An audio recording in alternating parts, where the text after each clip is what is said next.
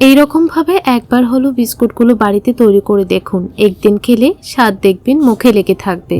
এইভাবে বিস্কুটগুলো বানিয়ে আপনারা 2 থেকে 3 সপ্তাহ পর্যন্ত রেখেও খেতে পারবেন। আর দেখুন এই বিস্কুটগুলো কতটা মুচমুচে হয়েছে। চা বা এমনিতেই খেতে খুব ভালো হয়, একদিন হলো বাড়িতে বানিয়ে দেখুন, দেখবেন বাচ্চা থেকে বড় সবাই খেতে খুব পছন্দ করবে। আর এতটা ক্রিস্পি হয় যে খেতে কিন্তু একদম দোকানের মতোই মনে হবে। চলুন তাহলে কিভাবে এই বিস্কুটগুলো তৈরি করা হয়েছে দেখে নেওয়া যাক। প্রথমে একটা বাটির মধ্যে নিয়ে নিচ্ছি 1 কাপ সুজি। একটা চায়ের কাপ মেপে আপনারা সবগুলো উপকরণ নিয়ে নেবেন। এখন আমি একই কাপ মেপে দিয়ে দিলাম 2 কাপ আটা। এখানে আটার পরিবর্তে ময়দাও ব্যবহার করতে পারবেন। এখন কাঁটা চামচ দিয়ে ভালো করে মিশিয়ে নিচ্ছি। দিয়ে দিচ্ছি 3 থেকে 4 চামচ নারকেল কোড়া। এখানে নারকেলটাকে গ্রেট করে দিয়েছি। আর দিয়ে দিলাম কিছু বাদাম। বাদামটাকে আমি আধ ভাঙ্গা করে গুঁড়ো করে দিয়ে দিয়েছি। এই আধ ভাঙ্গা করে গুঁড়ো করে দিলে কিন্তু বাদামটা খেতে খুব ভালো লাগে। তা আপনারা চাইলে যে কোনো ড্রাই ফ্রুট এখানে দিতে পারবেন। আর দিয়ে দিচ্ছি এখানে 1 কাপ চিনি। চিনিটা আপনারা পরিমাণ বুঝে দিয়ে দেবেন। দিয়ে দিচ্ছি 2 টেবিল স্পুন সাদা তেল। তো সাদা তেলটা দেওয়ার পর এখন ভালো করে মেখে নিতে হবে। সামান্য একটু নুন দিয়ে দিচ্ছি। আর এখানে সাদা তেলের পরিবর্তে কিন্তু ঘিও ব্যবহার করতে পারবেন। দিয়ে দিলাম 1 চামচ সাদা তিল।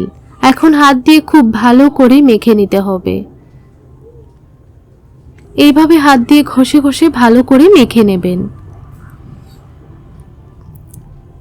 এই দেখুন ভালো করে মেখে নিয়েছি। তেলটা যেন খুব ভালো করে মিশে যায়, তাই হাত দিয়ে ঘষে ঘষে ভালো করে মেখে নেবেন। এখন আমি অল্প অল্প জল দিয়ে একটা টাইট ডো বানিয়ে নিতে হবে।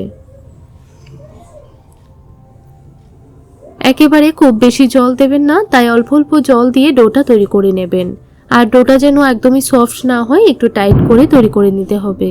আর এই বিস্কুটগুলোর মধ্যে নারকেলটা আপনারা চিকন গ্রেটার দিয়ে গ্রেট করে দেবেন, তাহলে দেখবেন খেতে খুব ভালো লাগবে। তো দেখুন বন্ধুরা, এইরকম করে ডোটা বানিয়ে নিতে হবে। এখন এই ডোটাকে আমি 10 মিনিটের জন্য রেস্টে রেখে দেব। ততক্ষণে কিন্তু সুজিটা ভালো করে ফুলে যাবে আর ডোটাও খুব সুন্দরভাবে সেট হয়ে যাবে।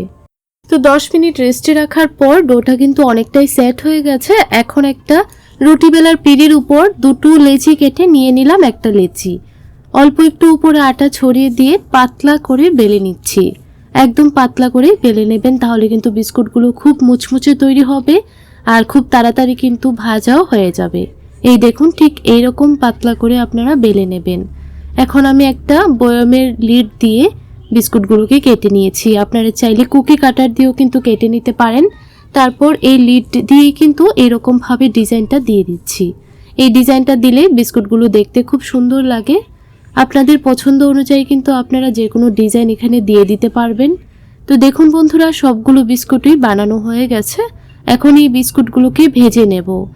আর এইরকম ভাবে আপনারা বিস্কুটগুলো বানিয়ে কিন্তু প্রায় 1 মাস পর্যন্ত রেখে খেতে পারবেন।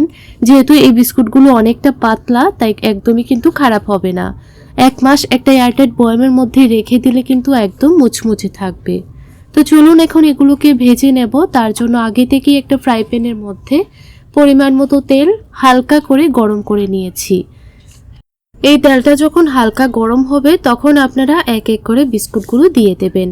আর যখন বিস্কুটগুলো দেবেন গ্যাসের ফ্লেমটা কিন্তু একদম লোতে রেখে দেবেন, না হলে কিন্তু বিস্কুটগুলো দেওয়ার সঙ্গে সঙ্গে পুড়ে যাবে। তাই একদম লোতে রেখে দেবেন, তাহলে দেখবেন খুব সুন্দরভাবে ভাজা হবে আর ভেতরটাও কিন্তু খুব সুন্দরভাবে রান্না হবে।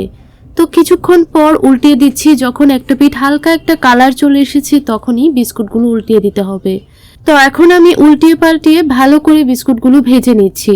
যখন দেখবেন হালকা এইরকম ভাবে কালার চলে এসেছে তখনই আপনারা গ্যাসের ফ্লেমটা মিডিয়ামে রেখে ভালো করে ভেজে নেবেন।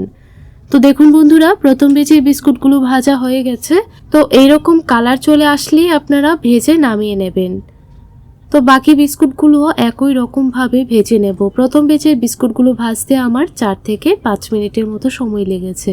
তো দেখুন দ্বিতীয় ব্যাচের বিস্কুটগুলোও ভাজা হয়ে গেছে আর কতটা সুন্দর একটা কালার চলে এসেছে দেখুন বন্ধুরা।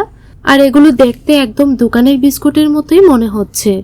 কতটা মুচমুচে হয়েছে আপনাদেরকে দুটো বিস্কুট আমি ভেঙেও দেখিয়ে দিচ্ছি। রেসিপিটি আপনাদের কেমন লাগলো কমেন্ট করে জানাবেন। ভিডিওটি ভালো লাগলে চ্যানেলটিকে সাবস্ক্রাইব করতে ভুলবেন না, লাইক শেয়ার করে আমার পাশে থাকবেন। তাহলে বন্ধুরা আজকে এই পর্যন্তই, দেখা হবে পরের রেসিপিতে।